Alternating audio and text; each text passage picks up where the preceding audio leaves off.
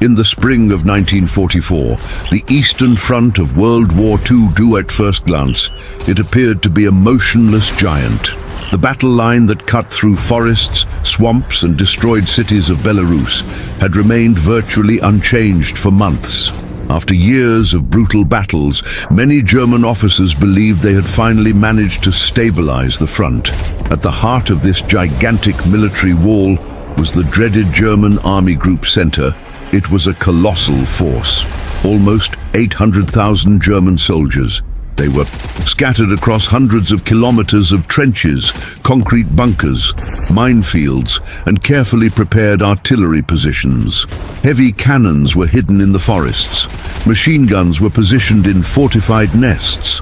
Tanks lay in wait behind the lines, ready to counterattack any Soviet attempt to break through the front. The landscape of Belarus had been transformed into a veritable fortress. Entire villages were destroyed or abandoned. Burnt trees marked former battlefields.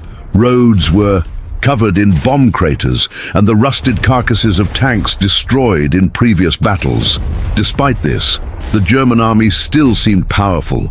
Hardened war veterans occupied those trenches. Many had fought since the early days of the invasion of the Soviet Union during the massive Operation Bagration. They knew how to fight in the brutal cold of the Russian winter, how to survive in dense forests, and how to withstand massive Soviet artillery attacks. Among the German soldiers, there was a dangerous feeling, overconfidence. They believed that defensive line was virtually impossible to break through. At German headquarters, maps showed a solid front. Reports indicated that Soviet forces were exhausted after months of fighting. Many German officers were convinced that the next major enemy attack would come from the south, far away. And at the top of that chain of command was Adolf Hitler. For Hitler, that position was absolutely vital. Belarus was the shield protecting the path to Poland, and beyond that, German territory itself. If that line were to fall, the path to the heart of Europe would be open. Therefore, the orders were clear and inflexible. No retreat, no withdrawals. Every position should be defended to the last man. In the trenches, the soldiers dug deeper. They laid more mines. They reinforced bunkers. Observers watched the horizon through binoculars, trying to identify any enemy movement. But all they saw was silence, quiet forests, empty fields, roads that appeared to be abandoned. It seemed like the enemy was far away, but far beyond the German line of sight. On the other side of the forests and swamps, something gigantic was taking shape. Deep within Soviet territory, locomotives pulled endless trains laden with tanks, cannons, and soldiers. Columns of infantry marched through the night. Trucks transported ammunition, fuel, and supplies without stopping. It was such a large military operation that, if the Germans had grasped its true scale, they would have understood immediately. That seemingly stable front was about to turn into one of the biggest military disasters in German history. And when the storm finally arrived, she would come with a force capable of to destroy an entire army. While German soldiers in the trenches of Belarus believed the front was relatively stable, far away, in the heart of the Soviet Union, a monumental decision was being made. In the Kremlin, in Moscow, the Soviet leader Joseph Stalin, he analyzed giant maps that covered entire tables. Red and blue lines marked military positions, devastated cities, and strategic roads. Small markers represented entire armies. And there, before those maps, one of the largest military operations in all of history began to take shape. World War II. Stalin didn't just want to push the Germans back once more. He had seen gigantic offensives in the past, some successful, others extremely costly. But now the situation was different. The Red Army had learned from years of brutal warfare. Its generals had gained real experience in massive combat. Its soldiers were better trained, its tanks more numerous, its artillery more devastating than at any other point in the conflict. The objective now was far more ambitious. Stalin wanted to completely destroy the heart of German power on the Eastern Front. The German Army Group Center, not just to defeat it, not just to force it to retreat. The order was to annihilate it, to crush it in such a way that it would cease to exist as an organized military force. To accomplish something of this magnitude, it would be necessary to assemble an almost unimaginable military power. And that is exactly what began to happen. Over weeks and months, the Soviets began moving troops from various regions of the country. Entire armies were secretly deployed to areas near the Belarusian front.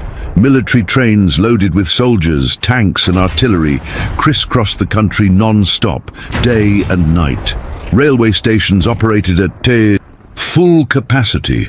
Officers shouted orders, while locomotives released clouds of steam into the frigid morning air. The roads were also crowded. Endless columns of trucks transported fuel, ammunition, and food. Tanks advanced slowly along dirt tracks, covered in makeshift camouflage made of tree branches to avoid being seen by enemy aircraft. In many places, movement only occurred at night. During the day, vehicles and troops remained hidden in the forests. The scale of the mobilization was gigantic. More than 2 million Soviet soldiers were being prepared for the offensive. Around 6,000 tanks and self-propelled guns would be used in the attack. More than 30,000 artillery pieces were being carefully positioned along the front, and at the makeshift airfields, hundreds of fighter planes and bombers awaited their moment to go into action.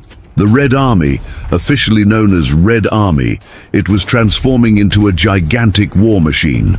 Soviet generals meticulously studied every kilometer of the German front. Aerial reconnaissance information, reports from partisans operating behind enemy lines, and radio intercepts were carefully analyzed. Every detail could make the difference. Soviet planners knew that success depended on one fundamental thing: absolute surprise. If the Germans realized what was being prepared, they could reinforce their positions or withdraw troops in time. Therefore, a gigantic deception operation was also underway. False radio signals were transmitted in other regions of the front. Smaller military movements were carried out in the south, creating the impression that the next major Soviet attack would take place there. Meanwhile, in Belarus, the silence continued. The Germans watched the forests ahead of them and didn't notice what was happening beyond them. Patrols advanced a few kilometers, encountered small Soviet units, and returned without suspecting anything. To them, it seemed just another tense but relatively peaceful period of the war. But behind that deceptive calm, an offensive so gigantic was being mounted that it would completely change the course of the war in Eastern Europe. The Soviet generals had even chosen a name for the operation. It would be called Operation Bagration, in homage to a 19th century Russian military hero. But the name concealed the true magnitude of what was to come. When this offensive began, it wouldn't be just another attack. It would be an avalanche of fire, steel, and men, advancing all at once, on a scale that few armies in history had witnessed. And at the center of this devastating impact would be the German army, which until then had believed itself to be virtually impossible to defeat in that region. The destination of German Army Group Center, it was already being sealed, even though his soldiers didn't have the slightest idea about it yet. The silence before the storm. In the weeks leading up to the start of the massive Soviet offensive, something strange dominated the front lines in Belarus. For the German soldiers scattered throughout the trenches, bunkers, and observation posts, the war seemed to have entered an unusual period of calm. It wasn't peace, far from it. There was still occasional artillery fire, night patrols, and small skirmishes in the forests.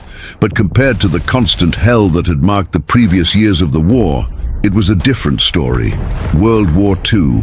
That silence seemed almost unsettling. The positions of German Army Group Center, they were scattered along hundreds of kilometers of difficult terrain. Belarus, it was a region of dense forests, winding rivers, dirt roads, and vast swampy areas that, at many times of the year, were practically impassable. For the German commanders, this terrain acted as a natural barrier. They believed that any major enemy attack there would be slow and predictable. In the German trenches, the routine of war continued. Soldiers woke before dawn, checked weapons, reinforced sandbags in defensive positions, and observed the horizon through binoculars. Many of them were veterans hardened by years of combat. Some had fought since the first days of the invasion of the Soviet Union, when the gigantic Operation Barbarossa started. These men had seen it all: cities burning, tank attacks crushing entire lines, bombings that made the ground tremble like an earthquake. Therefore, many believed they would be able to recognize clear signs of a major enemy offensive. But this time, those signs simply didn't appear. During the day, the forests on the other side of the line appeared tranquil. No major troop movements were visible. No large concentrations of tanks could be seen by German observers. German reconnaissance planes flew over some areas, but they also did not identify anything that seemed out of the ordinary. For a moment, war seemed to be merely waiting. But this calm was a carefully constructed illusion, far beyond the reach of German eyes, hidden deep in the forests and behind the hills of Belarus. The Red Army was carrying out one of the largest secret military operations in history. During the night, when darkness covered the battlefield, dirt roads began to come alive. Endless columns of trucks emerged from the shadows, advancing slowly without headlights to avoid detection. Engines hummed softly as soldiers walked alongside the vehicles. Officers whispered quick orders. Any unnecessary noise was immediately suppressed. Heavy tanks were carefully transported or moved through the forests. Many were covered with camouflage nets and freshly cut tree branches. As the sun began to rise, these vehicles disappeared under the cover of the trees, becoming virtually invisible to any enemy aircraft flying overhead. Military trains also played a crucial role in this massive preparation. At railway stations far from the front lines, locomotives unloaded soldiers, cannons, ammunition and supplies. Once the material arrived, trucks took over. The final transport, silently carrying everything to positions near the front. It was a gigantic military movement happening almost entirely in the shadows. At the same time, the Soviets were executing a complex strategy of deception. False radio messages were broadcast in other regions of the front, especially in the south, suggesting that the next major attack by Red Army would happen there. Small local offensives were also carried out in distant sectors of Belarus, further reinforcing this impression. The strategy worked. In German headquarters, many officers were convinced that the next major Soviet blow would come from another direction. The region defended by German Army Group Center, it seemed relatively calm compared to other areas of the front. This misinterpretation would have devastating consequences. While the Germans continued their routine in the trenches, cleaning weapons, writing letters home, or trying to get a few hours of rest before their next watch shift, a colossal force was concentrating before them. Hundreds of thousands of Soviet soldiers were being secretly deployed. Thousands of cannons were being silently lined up in the forests. Tanks lay hidden, ready to advance as soon as the order was given. Everything was being prepared with precision. Every road, every river crossing, every artillery position was being carefully planned. And yet, to the German soldiers observing the horizon through their binoculars, everything seemed strangely quiet. But that stillness was merely the last gasp before a gigantic explosion, because soon that silence would be broken by one of the most devastating bombings the Eastern Front had ever witnessed. June 22nd, 1944. Barbarossa's revenge. The early morning of June 22, 1944, began like so many others on the Eastern Front. A thin mist hung over the devastated forests and fields of Belarus. The air was heavy and damp, and silence reigned over the battle lines. In many sectors of the front, German soldiers were still half asleep in their wooden and earthen shelters, trying to get some rest for a few hours before sunrise. For many of them, That day seemed like just another chapter in the long and brutal war that had been ravaging Eastern Europe since the beginning of the World War II. But that date was no ordinary day.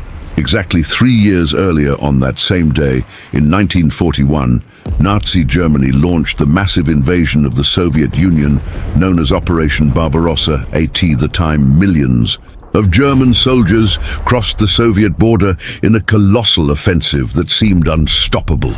Entire cities fell within weeks. Soviet armies were surrounded and destroyed, and for a time it seemed that Germany was on its way to total victory in the East. But 3 years had changed everything. Now, in that silent dawn of 1944, the roles of history were about to be reversed. Shortly before dawn, something began to change along hundreds of kilometers of the German front. German observers in watchtowers noticed small, distant flashes in the forests on the other side of the lines. Some thought they were just isolated artillery shots, something common in the routine of war. But then came the first thunderclap, and then another one, and another. In a few seconds, the entire horizon seemed to burst into flames. More than 30,000 Soviet artillery pieces, they opened fire almost simultaneously. It was the beginning of the gigantic offensive called Operation Bagration. The impact was immediate and terrifying. Artillery shells began to rain down on German positions with overwhelming intensity. Trenches exploded in columns of earth and fire. Trees were uprooted as if they were twigs. Wooden bunkers were destroyed in seconds. The noise was deafening. The ground trembled as if the earth itself were being torn apart. German soldiers awoke in panic inside shelters that shook violently with each new explosion. Some were still trying to put on their helmets as they ran to defensive positions. Others simply threw themselves to the ground, trying to survive the rain of shrapnel that cut through the air. Soviet artillery wasn't firing randomly. Every shot had been carefully calculated. Soviet officers had studied detailed maps of German positions for weeks. They knew exactly where the bunkers, artillery batteries, ammunition depots and communication centers were located. And all of these points were being hit at the same time. Telephone lines connecting German units were destroyed almost instantly. Command posts were hit by direct explosions. Trucks parked behind the front exploded in fireballs when grenades struck their fuel tanks. In some areas of the front, the bombardment was so intense that German soldiers could barely lift their heads to understand what was happening, but hell had not yet reached its peak. Shortly after the initial bombardment, an even more terrifying sound began to echo across the battlefield.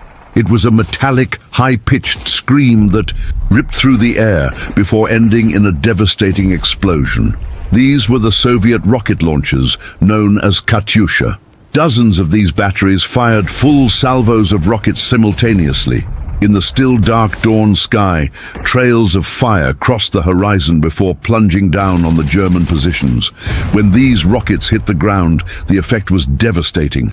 Simultaneous explosions swept across large areas of terrain, pulverizing entire trenches and scattering shrapnel in all directions. 4. Many German soldiers who were there at that moment, it seemed as if the world was falling apart.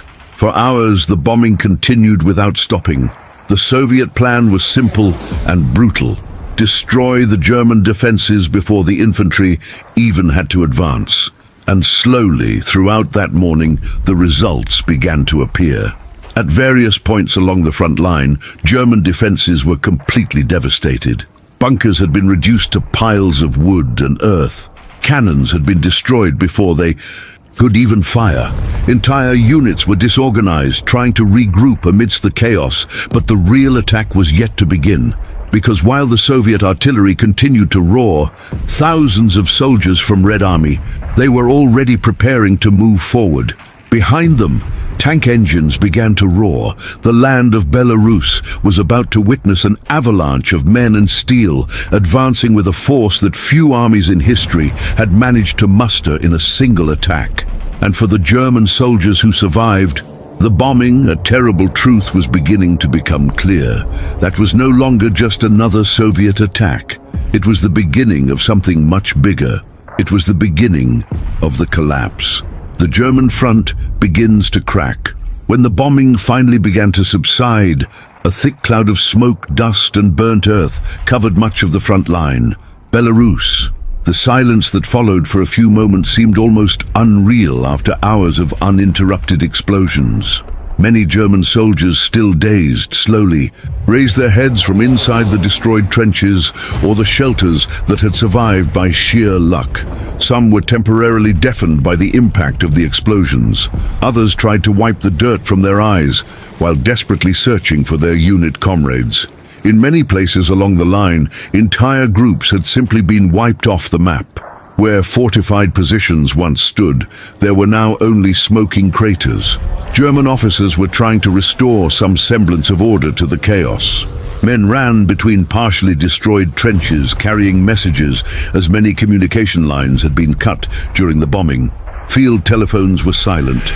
Radio antennas were broken or buried under rubble. But then came the next sound. At first, it seemed like just a distant murmur, a deep metallic noise that vibrated on the ground. Some German soldiers immediately recognized that sound. Tank engines. On the other side of the devastated line, the Red Army was starting to move forward. First came the reconnaissance units and the assault infantry. Hundreds, then thousands of Soviet soldiers emerged from the forests and the positions where they had waited during the bombardment.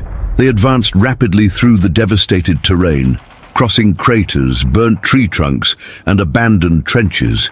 Behind them, columns of tanks began to appear, the famous T-34. The Soviet tanks, the main Soviet tanks of the war, advanced in formation, their engines roaring as they traversed the battlefield. Many of them were still covered in dust and branches used for camouflage. Now, however, they were fully exposed, advancing directly against what remained of the German positions. Machine guns mounted on tanks fired short bursts at any sign of resistance. Soviet soldiers followed closely behind, running between the armored vehicles, protecting them from enemy infantry attacks. In the German lines, the defenders were trying to fight back. Anti-tank guns that had survived the bombardment began firing. Some German artillery pieces managed to get into action, sending projectiles against the advancing tanks. In certain places, violent fighting broke out almost immediately. Soviet tanks were hit and caught fire, turning into metal torches amidst the devastated landscape. But for every tank destroyed, others kept advancing. The scale of the attack was overwhelming. In several sectors of the front, German units were simply being overwhelmed by the number of enemy soldiers and vehicles. The initial bombardment had destroyed many key positions and disrupted the defense. Now, the ground attack was exploiting precisely these gaps, and these gaps were getting bigger and bigger. Isolated trenches fought bravely for a while, but were soon surrounded. Some German soldiers tried to retreat to secondary positions. Others continued fighting until they ran out of ammunition. At certain points, the German resistance was extremely fierce. Groups of veteran soldiers managed to hold off Soviet attacks for several hours, destroying numerous tanks with portable anti-tank guns or hidden cannons. But the problem was that the offensive wasn't happening at just one point along the line. It was happening in dozens of sectors at the same time. The Soviet plan had been carefully designed to attack in multiple locations simultaneously, confusing the German command and preventing any coordinated response. For the German Army Group Center, the situation was starting to become extremely dangerous. Desperate messages began arriving at German command posts. Reports indicated that entire units were being pushed back. In some sectors, the defensive lines had been completely breached. Roads that were once safe were now filled with retreating soldiers, trucks trying to escape the Soviet advance, and units attempting to reorganize. The problem was that the Soviet offensive was moving too fast. Tanks advanced deep behind the first German lines, cutting communication routes and blocking important roads. German units still fighting on the front lines began to realize they could be surrounded if they did not retreat quickly. But retreating was not a simple decision, because far away in the German command centers, rigid orders continued to be repeated. The positions should be maintained. No unauthorized withdrawals were allowed. Every meter of land should be defended. But on the battlefield, the reality was brutally clear. The German line, which had seemed so solid weeks before, was beginning to show dangerous cracks. And these cracks were about to turn into enormous collapses. While chaos spread across various parts of the German front, in the northern sector of the Soviet offensive, an even greater disaster was beginning to take shape. The city of Vitebsk was one of the most important points of the German defense in Belarus, situated in a strategic position. Surrounded by rivers and roads vital for military supply, it functioned as a true pillar of the defense system. Of German Army Group Center, for months the Germans had transformed that city into a fortress. Deep trenches crisscrossed the surrounding area. Minefields protected the approach routes. Anti-tank guns were hidden among the ruins of buildings destroyed by the war. In theory, Vitebsk was a bastion that could hold out for a long time, but the Soviet plan for that region was not simply to attack the city head-on. It was close. Right from the first hours of the offensive Operation Bagration, huge formations of Red Army, they began to advance along the flanks of the German position. Instead of directly attacking the strongest fortifications, Soviet troops traversed forests, secondary roads and terrain that the Germans believed to be too difficult for large military movements. Tanks and mechanized units advanced rapidly along the city's flanks. The speed of this movement caught many German commanders by surprise. While some divisions were still fighting in frontline positions, other Soviet units were already advancing deep into the German rear, cutting roads and supply lines. It was a classic encirclement maneuver, fast, aggressive, and extremely dangerous for any army that did not react immediately. Inside Vitebsk, the situation began to become increasingly confusing. Urgent messages were arriving at German command posts, reporting that Soviet troops had been seen on roads that should have been secure. Supply convoys were being attacked. Reconnaissance units reported enemy tanks appearing in unexpected locations. The German commanders quickly realized what was happening. The city was being surrounded from all sides. Within Vitebsk's defensive perimeter were approximately 5 German divisions. Tens of thousands of soldiers now risked being completely surrounded. Many of these men were seasoned veterans, accustomed to the harsh fighting on the Eastern Front. But even seasoned soldiers knew what a siege could mean. With no escape routes, no supplies, and under constant attack, a besieged army had little chance of surviving for long. The German generals in the sector quickly sent messages to high command requesting authorization to withdraw their troops before it was too late. They knew there was still a small window of time to escape. If they received the order quickly, perhaps they could retreat to safer positions before the Soviet encirclement closed completely. But that authorization never came. In Berlin, Adolf Hitler, he had a completely different view of the situation. For him, fortified cities like Vitebsk should be held at all costs. He believed that each fortress defended to the last man could delay the Soviet advance and buy time to reorganize other defensive lines. Therefore, the order that arrived was brutally simple. Vitebsk should be defended. No withdrawals were allowed. When this decision reached the German commanders on the front lines, many immediately understood what it meant. They were prisoners. While orders were being transmitted, between German units, Soviet forces continued to advance. Columns of tanks traversed secondary roads, capturing villages and important crossroads. Bridges were captured before they could be destroyed. German units attempting to retreat were intercepted by Soviet forces already behind them. Little by little, the net was closing in. Roads that once provided access to the city were now under Soviet control. German columns attempting to flee were attacked by artillery and attack aircraft. Trucks, loaded with soldiers and ammunition, exploded on the roads under the impact of rockets and bombs.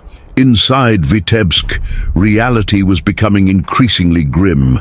Artillery explosions began to hit the outskirts of the city. Soviet planes appeared in the sky, bombing German positions and supply lines.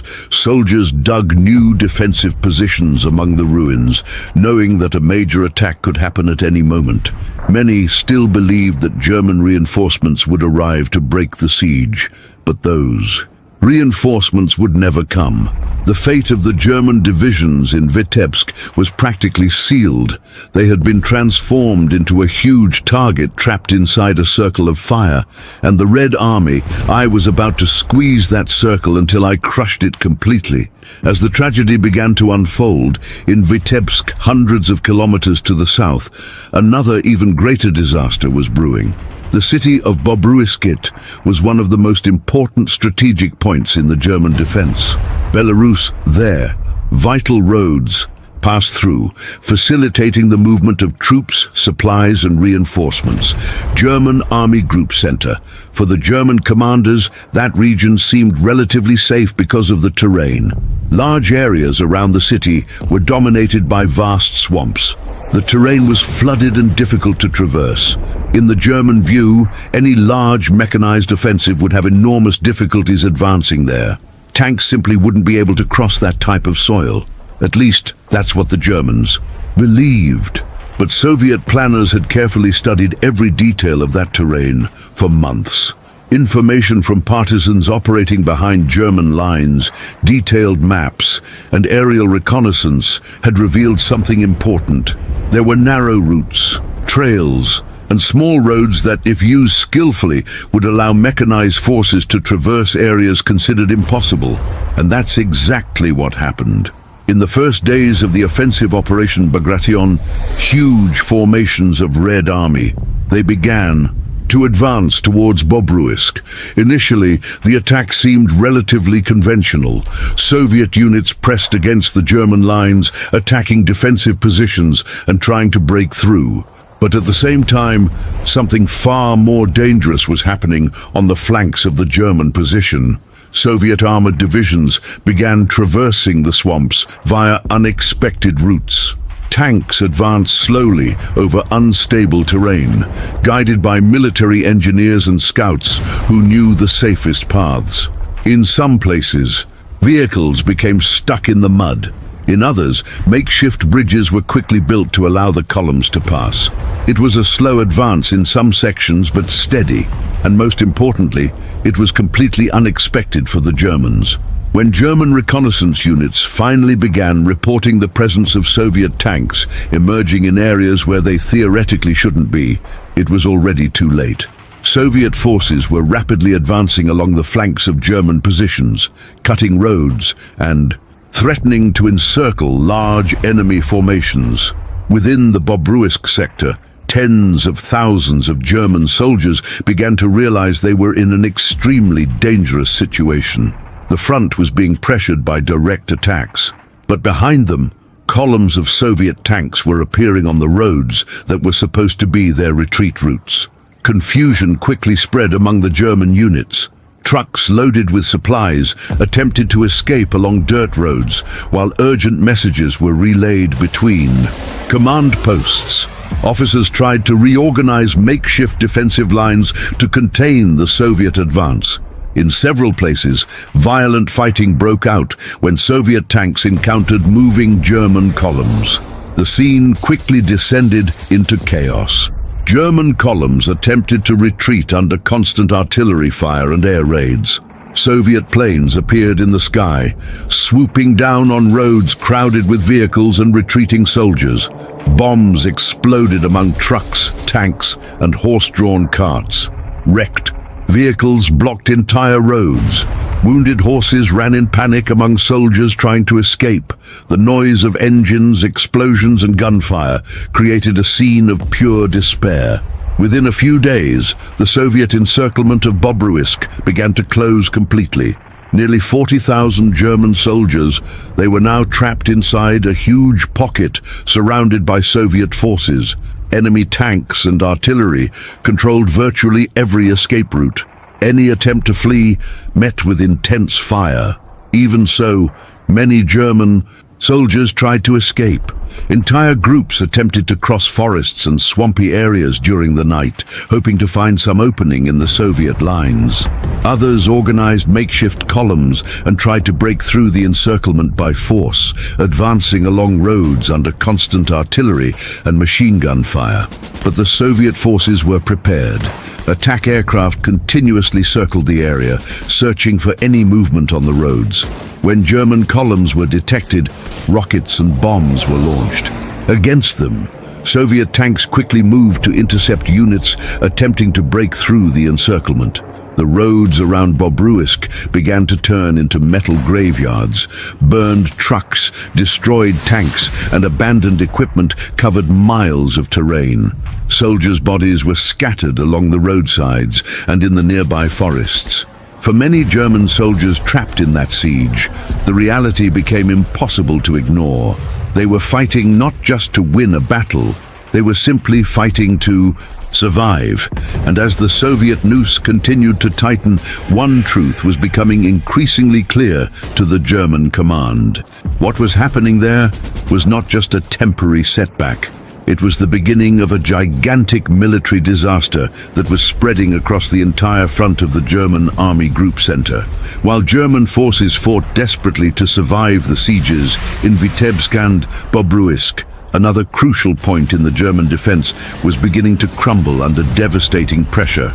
The city of Orsha, it was one of the strategic pillars of the German defensive line in Belarus. One of the most important roads in the entire region passed through there, the route that led directly to the Belarusian capital, Minsk. For the German Army Group Center, Orsha was more than just a city. It was a strategic gateway. If that position fell, the path to the heart of Belarus would be dangerously open. Because of this, the Germans had transformed the region into one of the most heavily fortified areas on the entire front. Lines of trenches stretched across the fields and forests surrounding the city. Concrete bunkers were positioned on high ground, offering wide firing ranges for machine guns and anti-tank guns.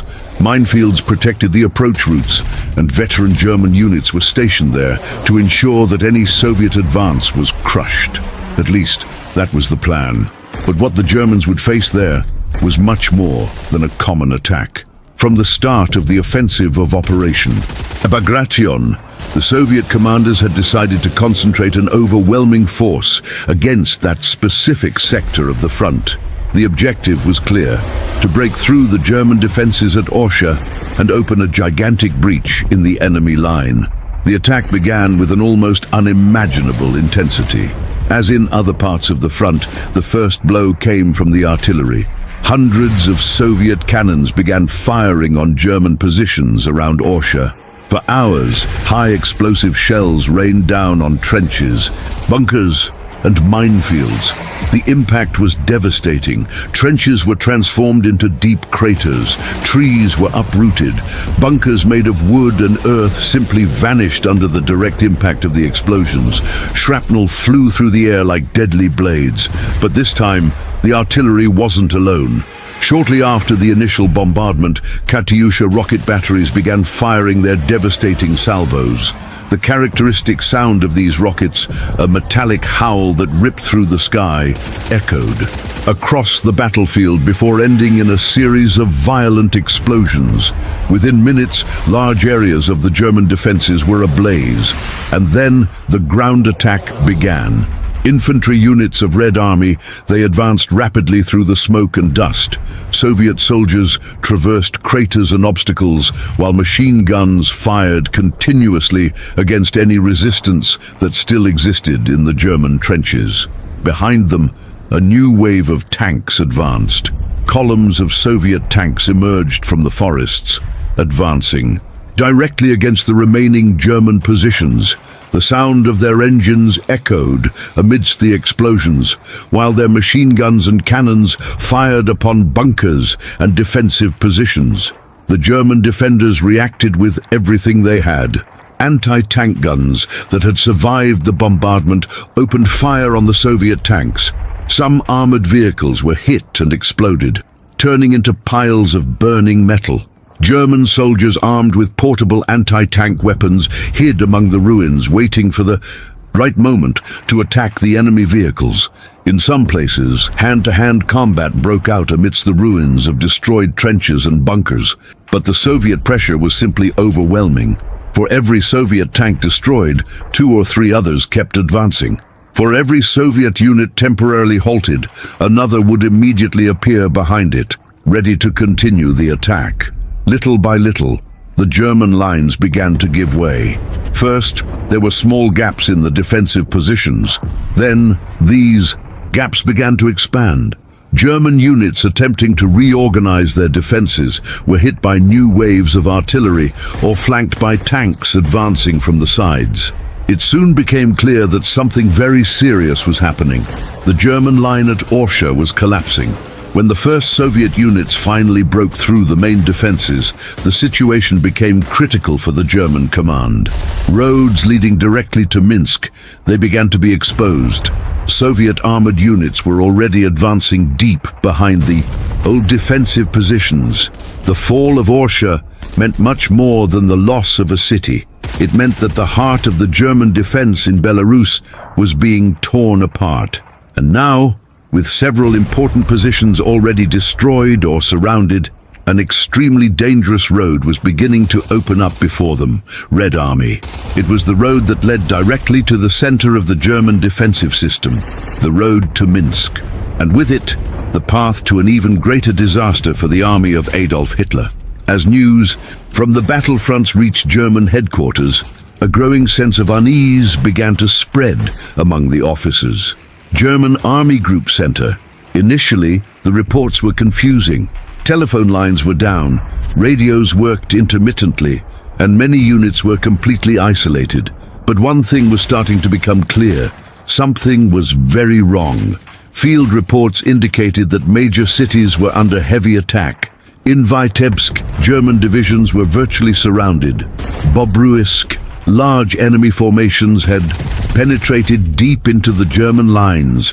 Orsha, one of the strongest defensive positions in the region, was beginning to collapse under Soviet pressure. For the German generals on the battlefield, the situation was beginning to become alarming. Maps scattered across command desks were constantly updated with new information coming from the front. Small markers representing German divisions were being moved with increasing franticness, attempting to respond to the enemy advance. But there was a serious problem. The Soviets weren't attacking at just one point. They were attacking everywhere at the same time. It was exactly the type of offense that the Red Army had learned to execute this tactic after years of brutal warfare on the Eastern Front. Large armies advanced simultaneously in multiple sectors, breaking through enemy lines, encircling isolated units, and creating utter chaos in the opposing command structure. The result was devastating for the German defensive system. Local commanders requested permission to retreat to safer positions before their troops were completely surrounded.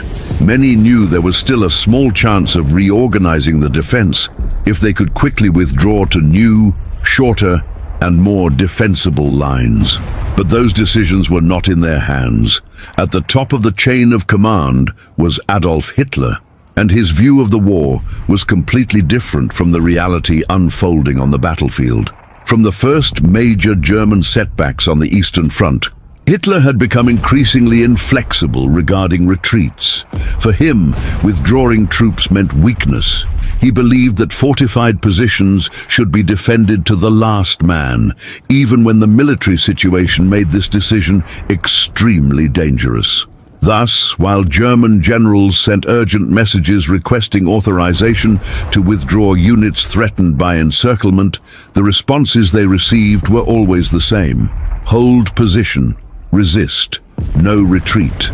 These orders began to transform difficult situations into outright catastrophes. Divisions that could still escape were being forced to remain in vulnerable positions. Surrounded cities were forced to fight in isolation, with no possibility of retreat or reinforcement. Units attempting to reorganize their defensive lines ended up trapped in pockets surrounded by rapidly advancing Soviet forces. In the German command centers near the front, the atmosphere began to grow increasingly tense. Officers worked almost without sleep, trying to coordinate units that were disintegrating under the pressure of the Soviet attack. Messengers arrived covered in dust and sweat, bringing new reports of disaster. Telephones rang incessantly as commanders tried to understand what was really happening along the front. In many cases, the information arrived too late. By the time a report finally confirmed that a position had been breached, Soviet units were already advancing several kilometers beyond that point. Roads that should have been secure were being cut off. Supply depots were being hastily abandoned. What once seemed like a solid defensive line now looked like a rapidly disintegrating jigsaw puzzle. Some German generals began to realize that they were facing something much bigger than a simple attack. That was a carefully planned offensive to completely destroy the German defensive system in Belarus. But even in the face of this evidence, the orders from above remained rigid. No large-scale withdrawals have been authorized. No strategic reorganization was permitted. And while these decisions were upheld, Soviet forces continued to advance, faster and faster, deeper and deeper within the German lines. Panic was slowly beginning to spread among the German commanders, because for the first time since the beginning of that devastating offensive, some of them began to realize a terrifying truth. The German Army Group Center, the fortified city, which had for so long been considered the mainstay of German defense in the east, was at serious risk of simply ceasing to exist.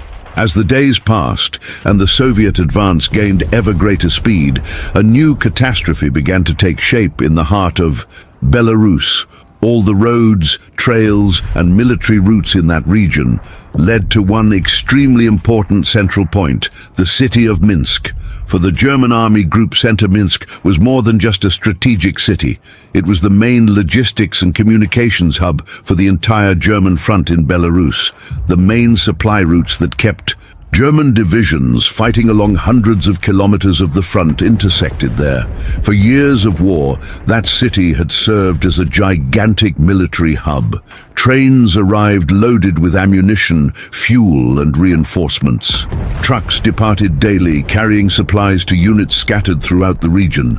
Command posts and communication centers coordinated operations involving hundreds of thousands of soldiers. But now, all of that was threatened.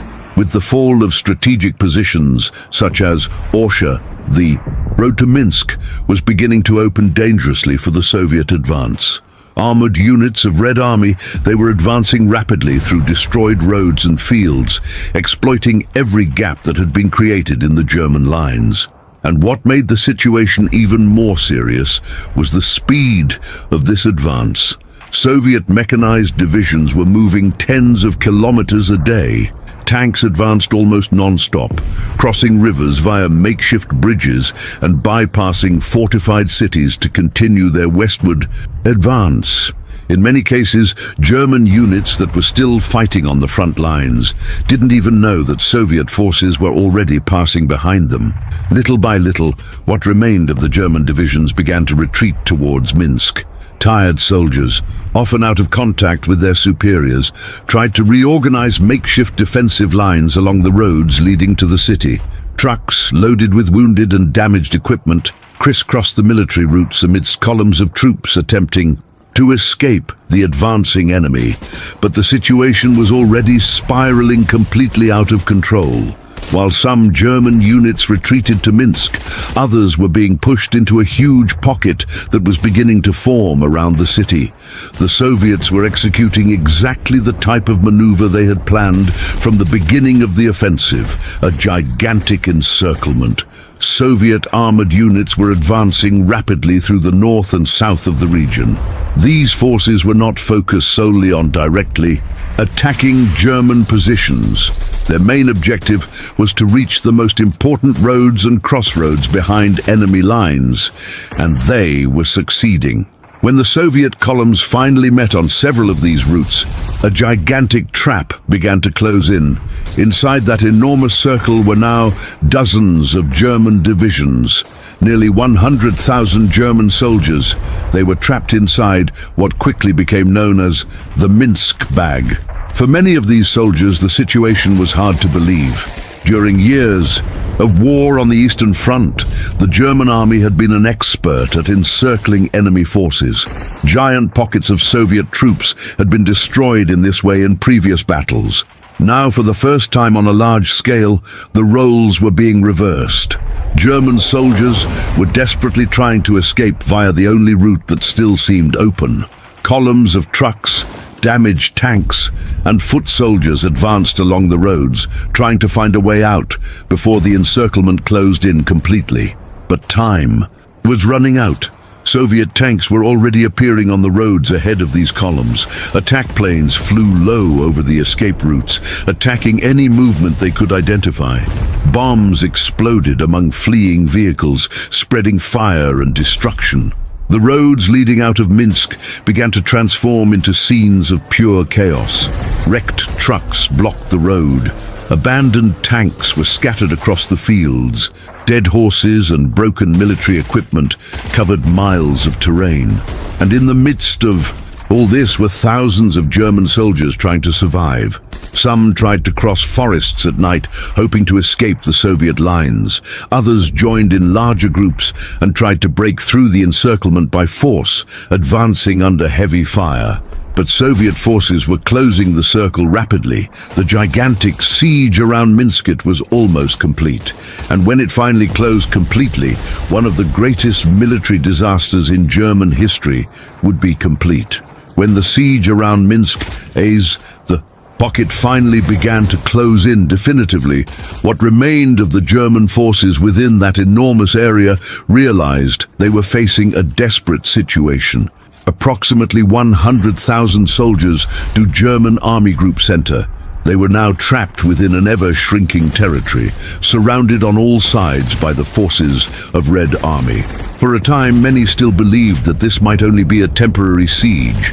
Some officers hoped that external German units would try to open an escape corridor, allowing the trapped troops to escape before it was too late.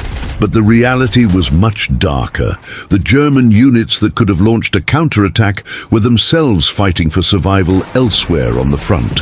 Many divisions had been destroyed, surrounded, or pushed back at a speed that no one in the German command had anticipated.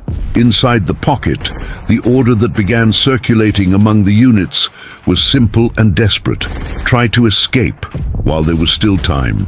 Thus began the escape attempts. Makeshift columns began to form on the dirt roads that still seemed to offer some kind of escape route. Trucks loaded with wounded soldiers, damaged armored vehicles, command cars, and infantry units began to move westward, trying to find a breach in the Soviet lines. But those roads were far from safe. Soviet aviation completely dominated the skies in that region. Attack planes constantly flew over the pocket, searching for any movement that might indicate an escape attempt. As German columns were detected, the pilots dove towards their target. Bombs exploded among trucks loaded with soldiers. Rockets struck tanks and armored vehicles. Machine guns swept through the roads, hitting men who tried to take refuge on the edges of the forests. In just a few minutes, entire columns could be transformed into piles of burnt metal. On the roads leading out of the pocket, the scene began to become increasingly chaotic. Wrecked trucks blocked the way. Damaged tanks were abandoned when they ran out of fuel or when their engines failed after days of continuous combat. Wounded soldiers were placed in makeshift carts or carried by comrades who were barely able to walk due to exhaustion. Many simply abandoned their heavy equipment in an attempt to escape faster. Helmets, backpacks, weapons, and even artillery pieces were left behind on the sides of the roads. The objective was no longer to fight for territory or to carry out strategic orders. The goal was to survive. Some groups decided to try a different approach. Instead of following the main roads, they moved through the dense forests that covered much of the region. During the night, small units of German soldiers advanced silently among the trees, trying to avoid contact with Soviet forces. But even there, danger was constant. Soviet patrols were already operating in large numbers within the pocket. Local partisans, resistance fighters battling against the German occupation, were also participating in the hunt for soldiers attempting to escape. On many occasions, small groups of Germans were discovered in the middle of the forest and quickly surrounded. Short, violent battles took place among the trees, often ending with few survivors. Meanwhile, Soviet forces continued to tighten the siege. Armored units advanced steadily, occupying villages, crossroads, and roads that could still serve as escape routes. Artillery was positioned on high ground, ready to bombard any concentration of enemy troops. With each passing day, the space inside the pocket grew smaller. The German soldiers who were still trying to escape were beginning to realize a cruel truth. There were fewer and fewer places left to run to. The scene unfolding around Minsk was a brutal portrait of the collapse of an entire army. Roads littered with destroyed vehicles, forests teeming with lost, wounded, or desperately trying to find a way out soldiers, fleeing columns constantly attacked from the air and the ground. What had begun as an organized retreat was now turning into something much darker, a desperate struggle for survival. And while these escape attempts continued, the fate of German Army Group Center IT was rapidly approaching its final moment. As the days passed, after the closing of the gigantic siege around Minsk, the destination of German Army Group Center, it began to become increasingly inevitable. What remained of the German forces within the pocket was completely disorganized, lacking sufficient supplies, central coordination, and surrounded by an enemy advancing with overwhelming force. For years, that army group had been considered one of the cornerstones of the German war machine on the Eastern Front. Its divisions had participated in some of the most brutal campaigns of the World War II, advancing thousands of kilometers into Soviet territory from the early days of the invasion in 1941. But now, in just a few weeks, this gigantic force was being destroyed before the eyes of the world. Inside the pocket, the situation was rapidly deteriorating. German units were running out of ammunition, fuel, and food. Supply trucks had been destroyed or captured during the Soviet advance, and the few remaining reserves were being quickly depleted. Many soldiers fought with weapons that were almost out of ammunition. Some tanks were still functional, but were practically useless without fuel to move. Heavy artillery was abandoned because there were simply no more vehicles capable of transporting it. At the same time, the Red Army, he tightened the noose with brutal precision. Soviet units advanced systematically, reducing the size of the pocket day by day. Heavy artillery constantly bombarded the areas where the Germans were still trying to resist. Attack planes dominated the skies, striking any concentration of troops or vehicles that still moved within the surrounded area. In many places, German resistance was fierce. Groups of soldiers, even when completely surrounded, continued fighting with desperate determination. Some organized small defensive positions in the forests or among destroyed villages.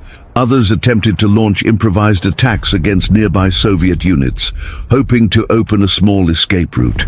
But these efforts were becoming increasingly futile. The number of Soviet soldiers involved in the offensive was overwhelming.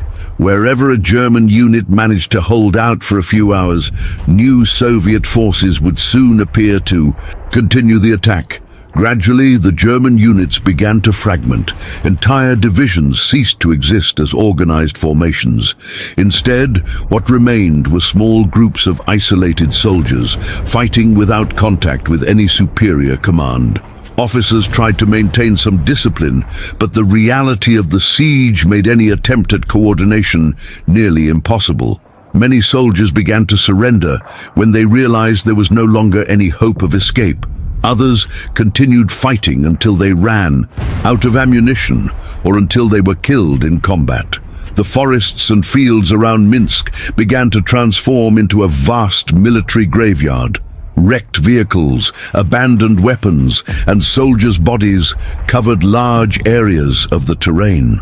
Within a few days, the disaster reached a gigantic scale. It is estimated that approximately 300,000 German soldiers were killed, wounded, or captured during the destruction of German Army Group Center. Entire divisions disappeared from the German order of battle. Enormous quantities of military equipment were destroyed or captured by Soviet forces. For the German command, it was a catastrophic loss. Never before in warfare had an entire army group been so completely destroyed in such a short time. The military impact of this defeat was devastating to Germany's ability to continue the war on the Eastern Front. When the battle finally ended, what remained of the German forces in that region was merely a shadow of the army that had defended those positions weeks before. The Soviet offensive had achieved exactly the objective its planners had envisioned. The heart of the German defense in Belarus had been crushed, and with that, a huge breach had been opened in the army's defensive system. Adolf Hitler Europe doesn't give them. But for the Red Army, however, this resounding victory did not mean the end of the campaign. In fact, it merely paved the way for the next phase of the war, an even deeper advance toward the heart of Nazi-occupied Europe. With the near-complete destruction of German Army Group Center, something gigantic happened on the map of the war. The German defensive line that for years had protected the heart of the occupied territory in the east simply ceased to exist. What was once a solid military wall was now a vast void, and the Red Army, he was ready to move through it.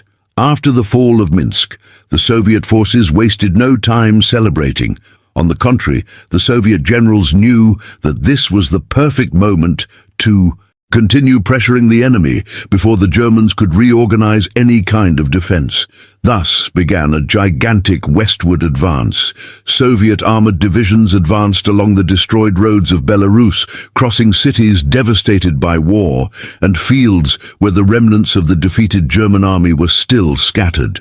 Tanks covered in dust and battle scars crossed makeshift bridges over destroyed rivers. Trucks loaded with soldiers advanced relentlessly day and night, pushing the front line ever further into territory that had once been firmly in German hands. In many places, the remaining German forces simply lacked the capacity to resist. Some units attempted to establish makeshift defensive lines in villages or along rivers, but these positions were quickly overwhelmed by combined attacks of Soviet artillery, infantry, and tanks. The advance was so rapid that many German soldiers didn't even have time to organize a proper retreat. At various points along the front, German troops were surprised by the speed of the Soviet offensive. Some units would wake up in the morning, believing they were dozens of kilometers from the front line, only to discover that Soviet tanks were already approaching their positions. Meanwhile, thousands of German soldiers who had escaped the siege of Minsk were in a state of complete collapse. These survivors walked along the roads trying to find new units or regrouping points. Many were wounded, exhausted, and lacked the proper equipment to continue fighting. German officers desperately tried to gather these men to form new defensive lines, but the task was nearly impossible. The collapse had happened too quickly. The Soviet advance continued to push everything in its path. Major cities began to fall one after another. Among them was Brest, a strategic position near the border with Poland. When Brest fell into Soviet hands, something symbolic happened. The forces of Red Army, they had finally reached the Polish border, a territory that had been occupied by Germany since the early days of the war, World War II. Now, for the first time in years, the war was moving decisively westward. For Soviet soldiers, this was more than just a military victory. It was the beginning of the reconquest of occupied Europe. For the Germans, it was a clear sign that the tide of the war had turned irreversibly. The army of Adolf Hitler had lost one of its most important forces on the Eastern Front. And worse still, now there was a huge open corridor, through which the Soviet army could continue advancing. The road to Warsaw and the heart of Europe was becoming increasingly exposed, and the Soviet advance was far from over. When the dust from the battle finally began to settle, what had happened during the Operation Bagration, it was becoming increasingly clear to the military leaders on both sides. That was not just another offensive in the gigantic Eastern Front of World War II. That had been a historic catastrophe for Nazi Germany. In just a few weeks of brutal combat, the powerful German army group center, it practically ceased to exist. That military formation, which for years had been one of the central pillars of the German presence in the East, was crushed by a devastating combination of Soviet strategic planning, numerical superiority, and simultaneous attacks on multiple fronts. The losses were absolutely enormous. Historians estimate that more than 400,000 German soldiers, many were killed, wounded, or captured during the offensive. Entire divisions disappeared from the military map. Equipment in colossal numbers was destroyed or captured. Thousands of artillery pieces, hundreds of tanks, and a huge quantity of transport and supply vehicles. For many German generals, this seemed almost impossible to believe. Never before in World War II an entire group of armies had been destroyed with such speed and brutality. Cities that had served as German strongholds for years, such as Vitebsk, Orsha, Mogilev, and finally Minsk, they had fallen one after the other like dominoes being knocked over. Each of these falls represented thousands of soldiers killed, captured, or in desperate retreat. But the impact wasn't just military. Within the German command, the shock was profound. The very Adolf Hitler, he was furious when he realized the scale of the defeat. For years, he had insisted on maintaining fixed positions on the Eastern Front, forbidding strategic retreats and ordering his troops to fight to the last man. Now, those decisions were taking a devastating toll. Many generals began to realize something that previously seemed unthinkable. Germany might no longer be able to win the war in the East. Meanwhile, for the Red Army, the victory was monumental. The offensive had destroyed one of Germany's largest military formations, liberating much of the Belarus, and opened a huge gap in the German defenses. More importantly, it had proven that the Soviet army was now capable of conducting massive offensive operations with devastating precision and coordination. The war in the East had changed completely. The German army was no longer advancing deep into Soviet territory as it had in 1941. Now it was fighting for survival as it retreated further and further toward Germany's own borders. And it all began with that colossal offensive that erupted in the forests and fields of Belarus. But there was an even greater consequence that was beginning to become evident. The road to the heart of Europe, and eventually to Berlin, was now open. When the gigantic offensive of Operation Bagration finally came to an end, the map of the war in Eastern Europe was no longer the same. What had begun as a powerful German defensive line cutting through the Belarus had been completely destroyed. The offensive of Red Army not only crushed the German Army Group Center, as it also changed the course of forever. World War II. Within a few weeks, the Soviets had advanced hundreds of kilometers to the west. Major cities had been liberated. Strategic railway lines had been captured. German logistics bases had disappeared. Entire regions that had been under Nazi occupation for years had returned to Soviet control. But perhaps the most important change was psychological. For a long time, the army of Adolf Hitler had been seen as a nearly invincible force. Since 1939, its lightning campaigns had crushed armies in Poland, France, US Netherlands, and in much of Europe. But now, in the summer of 1944, something was clear to the whole world. Germany was losing the war.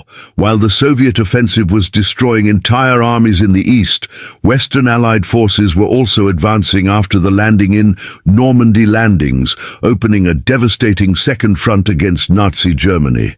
The Third Reich was now being crushed from both sides at the same time.